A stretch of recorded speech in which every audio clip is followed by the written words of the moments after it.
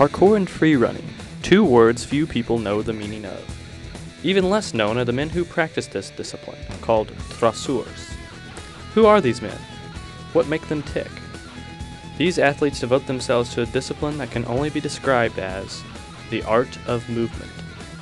Parkour originated in suburbs of Paris. I think it's Evry and Lys, two suburbs of Paris, and the founders of parkour, or the founder I should say, was David Bell. He and his friends began playing around as kids and eventually developed what is now parkour, that type of movement. And parkour came about chiefly as a useful set of movement. You have martial arts to defend yourself. Parkour is used to help people. For example, if you needed to get down to a lower level, if you're a fireman and you had to do some creative movements, you'd have to, you could use some parkour type movements and save someone.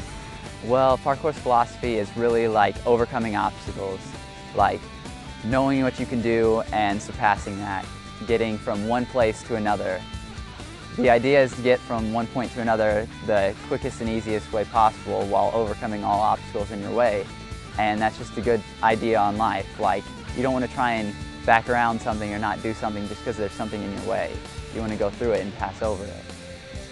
Real difference between parkour and free running is actually a mix between parkour and tricking is martial arts and breakdancing mixed together. So parkour is a movement centered, just getting from one place to another, and free running is tricking along with that movement. So in parkour, you don't really do flips when you're doing anything, but in free running, like if you're going over off the ledge, you wouldn't just jump down. You might want to do like a flip or something of that nature. Parkour is an art of movement. It's a discipline that concerns itself with moving from point A to point B as quickly and efficiently and safely as possible, using your body and its natural movements to surmount obstacles. When you're looking to train somewhere, then you're looking for a variety of different obstacles that will give a place that has the potential to practice a variety of different movements, either separately or in combination. Obstacles become opportunities, whereas most people would see a wall and think, oh, I have to go around that. If you do parkour, then you will see that wall as an opportunity to use your skill, and you can come up with a much more efficient and straightforward path. Parkour training is very varied. It involves a lot of different kinds of intensities of movement. So you train a lot with very precise, small movements, precision jumps from one small location to another small location, really working on maintaining full control of your body. So that's one aspect of the training.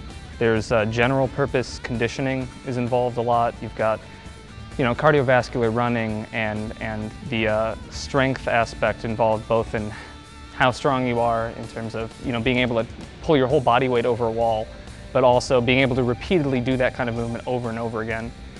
So there's strength, there's cardiovascular conditioning, there's precision of movement, but most of parkour training focuses on flow and being able to move smoothly between movements and interact naturally with your environment. Parkour has been associated with martial arts a lot because of the kind of discipline needed to train. They're both considered disciplines, and they both use very precise movements trained to perfection in order to accomplish their goal.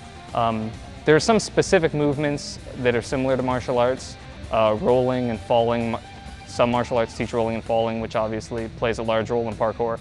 After a session of parkour, you're pretty tired if you've done your job right.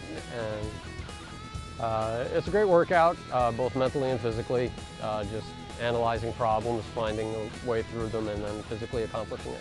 I plan to do parkour as long as I can, PK for life. These athletes participate in a sport with no rules and no competitors save themselves and gravity. So maybe one day you'll walk by and see a blur pass by you on your way to class. Just think, that might be a traçeur.